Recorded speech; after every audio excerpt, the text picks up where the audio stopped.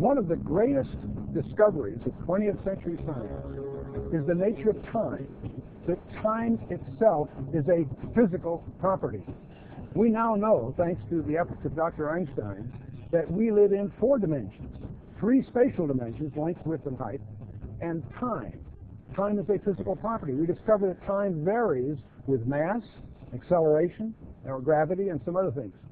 Now that turns out, well, we don't want to get into the mathematics of that, the insights from that are of profound significance as we try to understand our personal reality.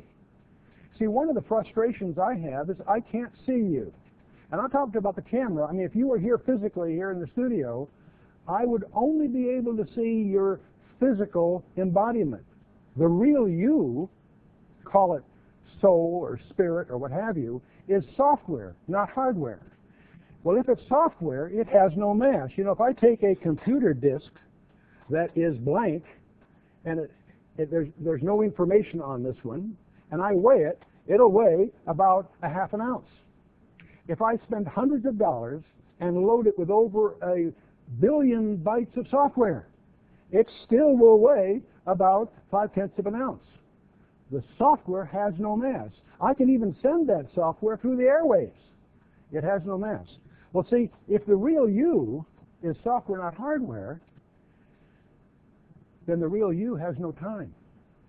The real you is eternal, whether you are saved or not. If you are saved, you will have the incredible privilege of dwelling with God throughout that eternity.